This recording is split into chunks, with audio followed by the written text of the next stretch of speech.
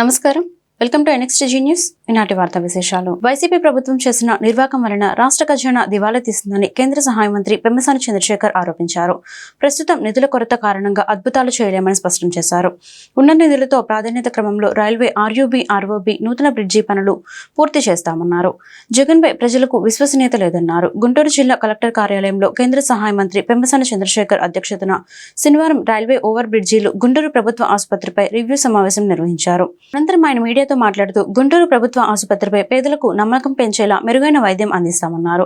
Jagan road మీదకు వస్తే అభివృద్ధి వెనక్కిపోతుందన్నారు. వైసీపీ ప్రభుత్వం సొంత ఎజెండాతో పనిచేసే రాజకీయ విద్వేషాలు రెచ్చగొట్టిందన్నారు. హత్య రాజకీయాలకు ఎవరు కారణమో ప్రజలకు తెలుసు అన్నారు. గుంటూరు నగరపాలక సంస్థ విషయానికి వస్తే అనేక రాజకీయ విభేదాలు ఉన్నాయన్నారు. అభివృద్ధి విషయంలో అందరినీ కలుపుకొని వెళ్తామని వివరించారు. ఈ సమావేశంలో గుంటూరు తూర్పు MLA Nazeer Ahmed, Prathipadu MLA Ramanjaneyulu, Tadikonda MLA Tenali Shravan Kumar, జిల్లా కలెక్టర్ నాగలక్ష్మి పాల్గొన్నారు. ఇది ఫాలో అప్ మీటింగ్. ఈ ఫాలో అప్ మీటింగ్ లో ఎక్కడెక్కడ వరకు ఇష్యూస్ రిజాల్వ్ అయినాయి, ఏవి రిజాల్వ్ అవ్వలేదు, ఎందుకు రిజాల్వ్ అవ్వలేదు, జనరల్ గా ఒక అకౌంటబిలిటీ క్రియేట్ చేసే విధంగా అందరం కలిసి రివ్యూ చేసాం. సపోజ్ ఎగ్జాంపుల్ మీకు 1-2 ఇవన్నీ డీటెయిల్స్. ఇప్పుడు CT స్కాన్స్ 2 ఉంటే అవి పనిచేసేవి కాదు. ఒకటి ఆల్రెడీ పనిచేస్తుంది, ఇప్పుడు రెండోది కూడా ఇంకో 2 days లో పనిచేస్తుంది. వాళ్ళకి బ్లడ్ బ్యాంక్లో కొన్ని ఎక్స్ట్రా ఎక్విప్మెంట్ కావాలి, ఒక 10 lakhs. ఇవి CSR ఫండ్స్లో మనం ఎలా ఇవ్వగలం. అదేవిధంగా కామన్గా కంప్లైంట్స్, పేషెంట్స్ అందరూ కూడా కంప్లైంట్స్ ఎలా ఇవ్వాలి అంటే ఒక అనానిమస్ ప్రాసెస్లో కలెక్టర్ గారు మాత్రమే ఓపెన్ చేసే విధంగా కొన్ని ఎక్కడికక్కడ బాక్సెస్, కంప్లైంట్ బాక్సెస్ అన్నీ పెట్టమని చెప్పాం. అదేవిధంగా హాస్పిటల్స్లో కూడా డాక్టర్స్ కానీ, డ్యూటీ నర్సెస్ కానీ, ఆ వార్డుకు సంబంధించిన వాళ్ళు ఉండవలసిన టైమింగ్స్ అవన్నీ పెడితే పేషెంట్స్కి కూడా అర్థం అవుతుంది ఎవరెవరు ఉండాలి, ఎంతెంత టైం ఉండాలి అనేది. ఏదన్నా సర్వీసెస్ రాకపోతే వాళ్ళు దాన్ని కంప్లైంట్ చేయగలుగుతారు. ఒక మెకానిజంలో ఇవన్నిటిని కూడా రిజాల్వ్ చేయగలుగుతాం. అదేవిధంగా సూపరింటెండెంట్ గారు చాలా క్విక్గా యాక్షన్ తీసుకొని కొన్ని ఇష్యూస్ని రిజాల్వ్ చేశారు. ఏసీలు పనిచేయకపోవటం కానీ, లిఫ్ట్స్ పనిచేయకపోవటం కానీ ఇవన్నీ ఫిక్స్ అయిపోయినాయి. ఇంకా కొన్ని ఫిక్స్ అవ్వాల్సిన ఇష్యూస్ ఉన్నాయి. అవి మేము చేయగలిగాయి, మేము కలెక్టర్ గారు చేయగలిగాయి. కలెక్టర్ గారు ఇలా 1 by 1 రివ్యూ చేసుకుంటూ వచ్చాం. అదేవిధంగా సెకండ్, ఈ రైల్వే ఓవర్ బ్రిడ్జెస్ అన్నీ కూడా చాలా DPRలు అన్నీ కంప్లీట్ అయిపోయినాయి. ఇవి మేము రెస్పాన్సిబిలిటీ తీసుకొని సెంట్రల్ లెవెల్లో ఫాలో అప్ చేసుకొని 1 by 1 బడ్జెట్ బేసిస్ మీద, ప్రయారిటీ బేసిస్ మీద కంప్లీట్ చేసుకోవాల్సిన అవసరం ఉంది. అవి ఒకటి రివ్యూ చేసాం. ఈ 2 మేజర్గా రివ్యూ చేసాం. నెక్స్ట్ టైం వచ్చినప్పుడు ఈ అగ్రికల్చర్ రిలేటెడ్ ఇష్యూస్ అన్నీ కూడా రివ్యూ చేస్తాం. సెంట్రల్ గవర్నమెంట్ ఇవ్వాల్సినవి అయిపోయినాయి. స్టేట్ గవర్నమెంట్ ఫండ్ లేకపోవటం వల్ల వాళ్ళ షేర్ వర్క్ అయింది. స్టేట్ గవర్నమెంట్ దగ్గర మీకు తెలియదు ఏం లేదు, ఈ రోజున డబ్బులు లేవు. నేను కూడా ప్రజలను కోరుకునేది ఏంటంటే 3 నెలల్లోనో 5-6 నెలల్లోనో అద్భుతాలు అయితే చేయలేం. ఇది ఎలక్షన్ ముందు చెప్పాం, మళ్ళీ చెప్తున్నాం. ఇన్కమ్ పెరిగిన తర్వాత ఇవన్నీ చేసుకుంటా వస్తాం. ఇందులో కూడా ఏ విధంగా చేయాలో మ్యాక్సిమం మీరు అర్థం చేసుకోవాల్సింది ఏంటంటే మనస్ఫూర్తిగా ఎఫర్ట్ పెట్టి వర్క్ చేస్తున్నాం. మాకు సాధ్యమైనంత వరకు చేస్తూ ఉంటాం. అందులో ప్రతి ప్రాజెక్టు కూడా రివ్యూ చేస్తూ ఉన్నాం.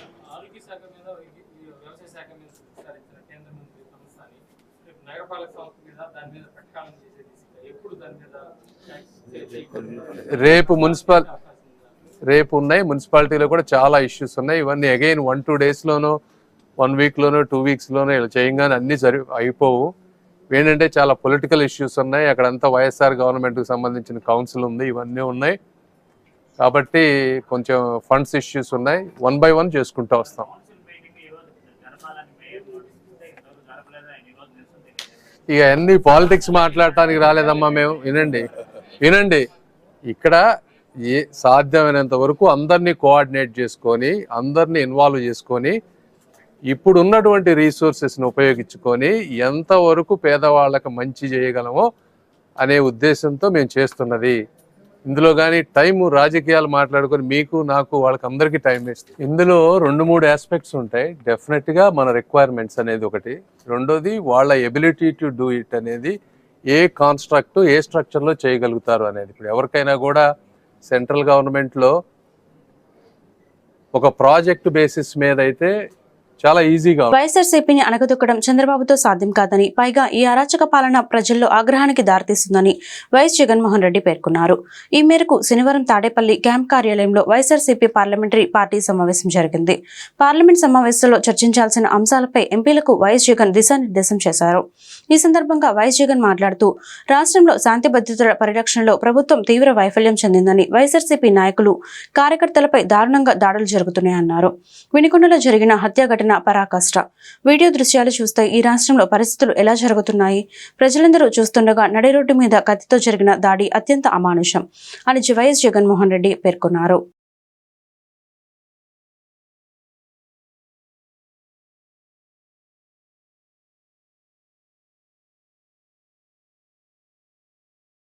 రాష్ట్రంలోని అరాచక పరిస్థితులు దేశ ప్రజలందరికీ తెలిసేలా ఢిల్లీలో పెద్ద ఎత్తున పోరాటం చేస్తామని రాజ్యసభ ఎంపీ ఆల అయోధ్యరామిరెడ్డి తెలిపారు. శనివారం తాడేపల్లిలో జరిగిన వైఎస్ఆర్సీపీ పార్లమెంటరీ పార్టీ భేటీ అనంతరం ఆయన మీడియాతో మాట్లాడారు. కూటమి అధికారంలోకి వచ్చిన నాటి నుంచి దాడులు జరుగుతున్నాయి. టీడీపీ దాడులపై పార్లమెంటు సమావేశంలో చర్చించాం. టీడీపీ దాడులపై పార్లమెంట్లో లేవనెత్తాలని జగన్ సూచించారు. ఆయన సూచనల మేరకు పార్లమెంట్లోనూ మేము పోరాడతాం. రాష్ట్రపతి, ప్రధాని, హోంమంత్రులను కలుస్తాం. ఇక్కడి పరిస్థితులు దేశమంతా తెలిసేలా ఢిల్లీలో పెద్ద ఎత్తున ధర్నా చేయబోతున్నాం. మంచి చేసేలా పాలన కొనసాగాలని కోరుకుంటున్నాం అని. ఇలాంటి దాడులు సరికాదు, పైగా ప్రజాస్వామ్యానికి ముప్పు. వీటిని అరికట్టాల్సిన బాధ్యత చంద్రబాబు మీదే ఉంది. చంద్రబాబు తక్షణం ఈ దాడులు ఆపాలని ఆయన డిమాండ్ చేశారు. ప్రభుత్వం చేసేటటువంటి మంచి పనుల ఆధారంగా ఆ పార్టీ పరిస్థితులు ఉంటాయి, అవి అందరికీ తెలుసు. సో తప్పనిసరిగా ఈ ప్రభుత్వానికి మేము మళ్ళా ఇంకొకసారి విన్నపం చేసుకుంటా ఉన్నాం. ఇంకా జరిగింది ఇంకా ఇంతటితోటి ఆగే విధంగా అన్ని విధాలుగా మీరు అందరూ కలిసి అందరూ కూడాను పార్టీలో మీరు ప్రభుత్వం తరఫున మీ పార్టీని ఇంటిగ్రేట్ చేసి ఈ ఇష్యూస్ని అన్నిటిని కూడా స్టాప్ చేసే విధంగా ప్లాన్ చేయండి అని చెప్పి చెప్తా ఉన్నాం. అలాగే లోక్సభలోను రాజ్యసభలో రెండు చోట్ల కూడాను మేము తప్పనిసరిగా ఈ ఈవెంట్ని ఈ యొక్క ఇష్యూస్ని ఏవైతే జరుగుతూ ఉన్నాయో వీటన్నిటినీ కూడాను చాలా పెద్ద ఎత్తున మేము ఎలివేట్ చేయాలని చెప్పి అనుకుంటా ఉన్నాం. అండ్ దాని ద్వారా మొత్తం దేశ ప్రజలందరికీ కూడాను ఈ రాష్ట్రంలో ఎన్నికల తదనంతరం అయినటువంటి పరిణామాలన్నింటినీ కూడాను ఖచ్చితంగా ప్రతి ఒక్కళ్ళ నోటీస్కి వచ్చే విధంగా తెలియజేయాలనుకుంటున్నాం. అలాగే ఈ ఢిల్లీలో జరుగుతున్నటువంటి ఈ ధర్నా కార్యక్రమానికి, నిరసన కార్యక్రమానికి సంబంధించి ఒక్కొక్క ఎంపీకి ఒక్కొక్క బాధ్యత అప్పగించాలని చెప్పేసి మా పార్టీ అధ్యక్షుల వారు చెప్పున్నారు. అందరం ఎంపీలంతా ఢిల్లీకి వెళ్ళి వెంటనే ఈ కార్యక్రమంలో నిమగ్నం అవ్వాలని కూడాను జగన్మోహన్ రెడ్డి గారు ఆదేశించడం జరిగింది. సో ఒక క్లారిటీ తోటి ఈ ఉన్నటువంటి ప్రస్తుతం నడుస్తున్నటువంటి ప్రాబ్లమ్స్ అన్నింటినీ కూడా ఆపే విధంగా దేశం మొత్తానికి తెలియజేసే విధంగా, అలాగే తప్పనిసరిగా ఈవెన్ రాష్ట్రపతి పాలన కోరే విధంగా కూడాను మేము తప్పనిసరిగా మేము అందరినీ కూడాను ఏకోన్ముఖులను చేసి ఈ ఇష్యూస్ మీద ఒక కంప్లీట్గా దేశం మొత్తం కూడా తెలిసే విధంగా చేయాలని చెప్పి నిర్ణయించుకోవడం జరిగింది. మా నాయకులు ఈరోజు మీటింగ్ అంతా కూడా డీటెయిల్డ్గా అందరినీ కూడా చెప్పడం జరిగింది. తద్వారా మేము ఆశిస్తున్నాం ప్రజల్లో ఒక మంచి మెసేజ్ ఇచ్చే విధంగా ఈ ప్రభుత్వం పనిచేయాలి, దాడులను వెంటనే ఆపాలని చెప్పేసి కోరుకుంటాం.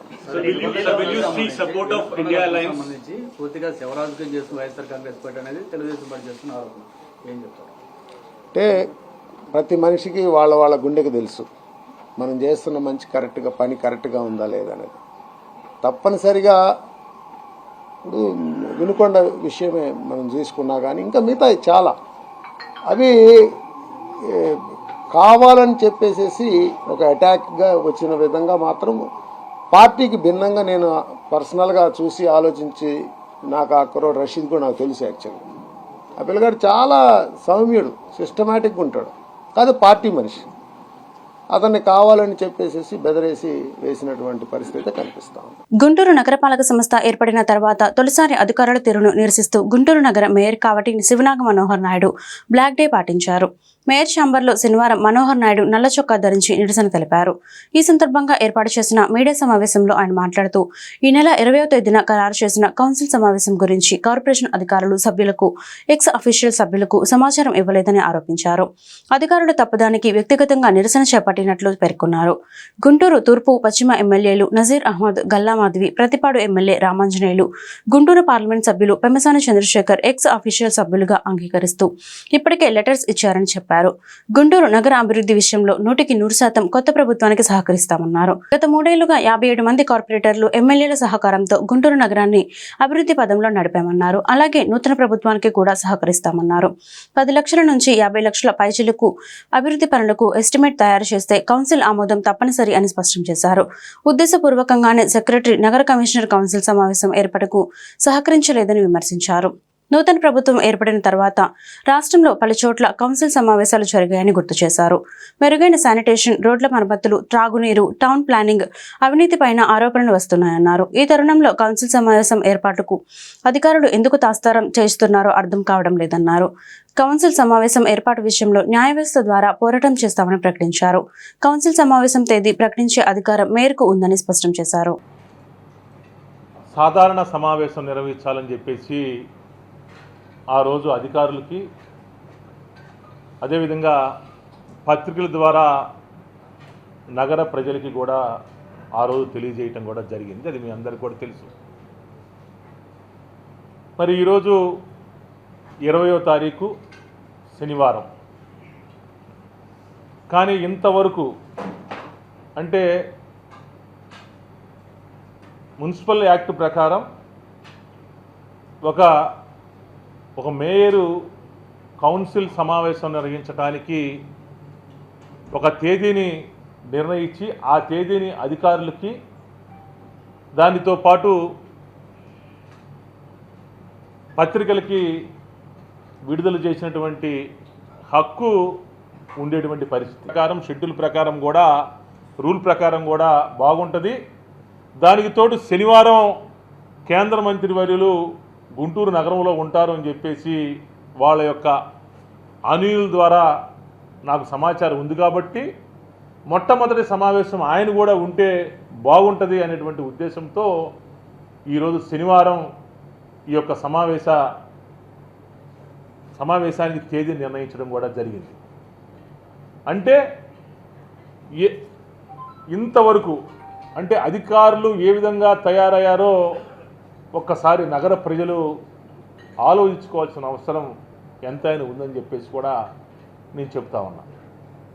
ఎందుకంటే నగరాభివృద్ధి విషయంలో, నగరం అభివృద్ధి చేసేటువంటి విషయంలో మేము పూర్తి స్థాయిగా కొత్త ప్రభుత్వానికి, కొత్త పాలకులకి మేము 100% సహకరిస్తామనేటువంటి మాట అక్షర సత్యం. ఇది వాస్తవం అని చెప్పేసి కూడా నేను చెప్తా ఉన్నా. వినుకొండలో రషీద్ హత్యపై మోజీ ముఖ్యమంత్రి జగన్ శవరాజకీయాలు చేస్తున్నారని జనసేన నేత నాగబాబు విమర్శించారు.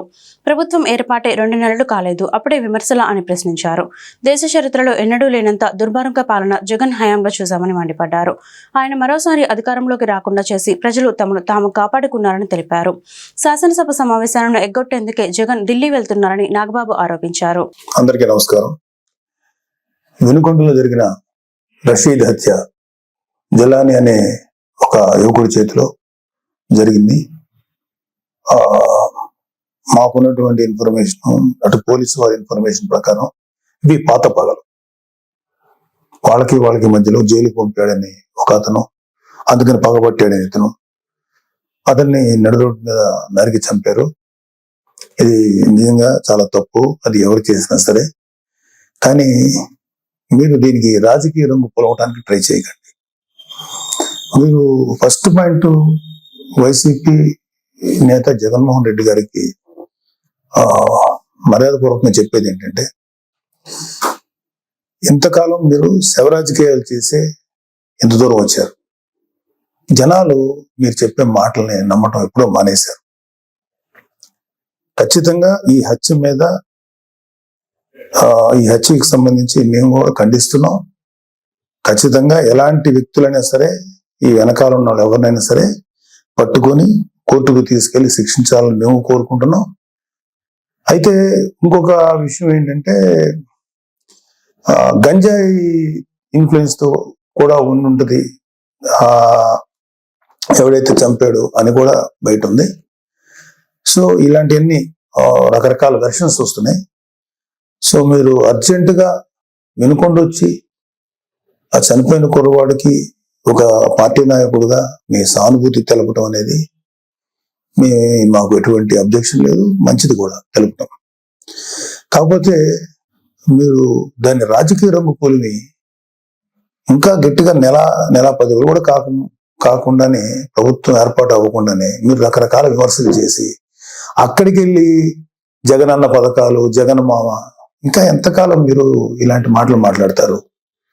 అధికారం ఉన్నప్పుడు నటించారు, అధికారం పోయినప్పుడు నటిస్తున్నారు. నటనల మీద పరిపాలన సాగదు.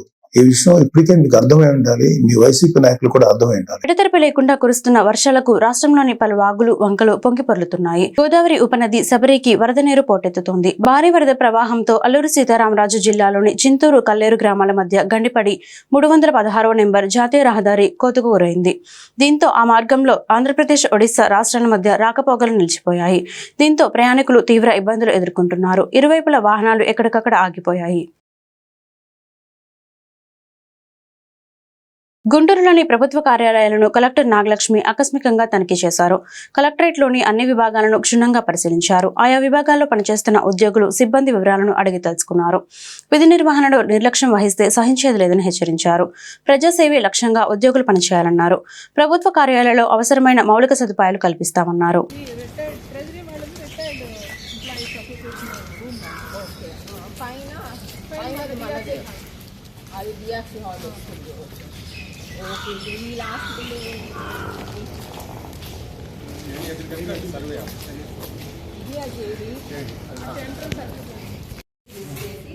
ఉదయం స్టాఫ్ కార్పెంటర్ చేసి ఏదో ఒక రేట్ మాట్లాడుకోండి. అలాగే ఆయన కూడా వస్తుంది కాబట్టి మాట్లాడుకొని వచ్చాక మళ్ళీ కొన్ని కొత్తవి ఏదైనా కొన్ని కొనొచ్చు.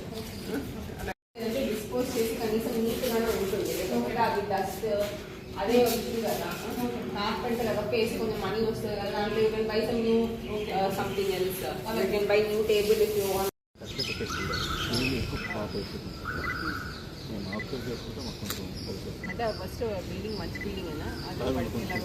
పరామర్శ కార్యక్రమాన్ని రాజకీయంగా వాడుకోవడం జగన్ కు మాత్రమే చెల్లిందని జనసేన పార్టీ జిల్లా అధ్యక్షులు గాదే వెంకటేశ్వరరావు ఎద్దేవా చేశారు.